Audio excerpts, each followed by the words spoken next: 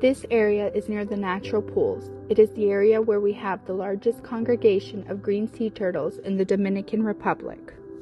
10 years ago today, there were no sea turtles in this area. Occasionally one would appear because dragnet fishing, known as chinchorro, was carried out every day at that time. Back then, I used to walk along the beach very early morning. Dogs were allowed to roam freely on the beach, and I would see a boat casting its net. Along with small fish, they were killing all the turtles they caught. As you know, turtles are animals that return to lay their eggs on the beach where they were born. That is why it is so important for turtles to walk on the sand. As they move, they create a kind of magnetic and geographic map of the area. In 2016, with the support of the Navy, we succeeded in eradicating dragnet fishing. We then noticed how the turtles returned to the area after years of facing constant collisions with boats that did not respect established regulations. The consequences had been devastating. Numerous green turtles were mutilated and the ecosystem became increasingly vulnerable.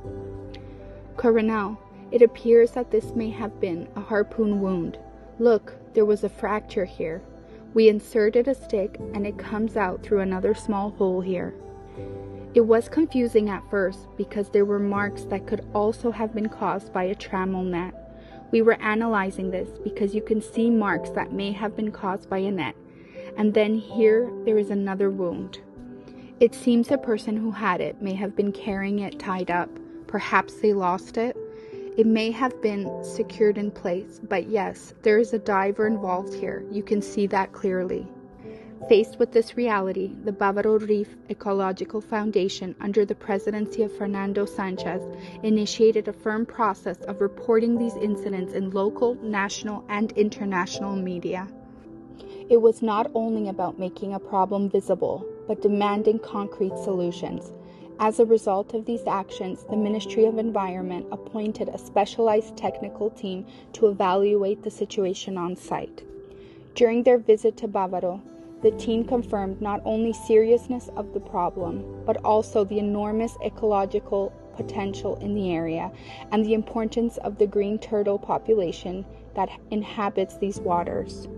Subsequently, the Ministry of Marine and Coastal Resources, represented by Ricardo Rodriguez, brought the case before the International Sea Turtle Protection Commission. The complaint was accepted, and it led to a formal process that culminated in a historic resolution. In April 2024, the area was officially declared a protected zone.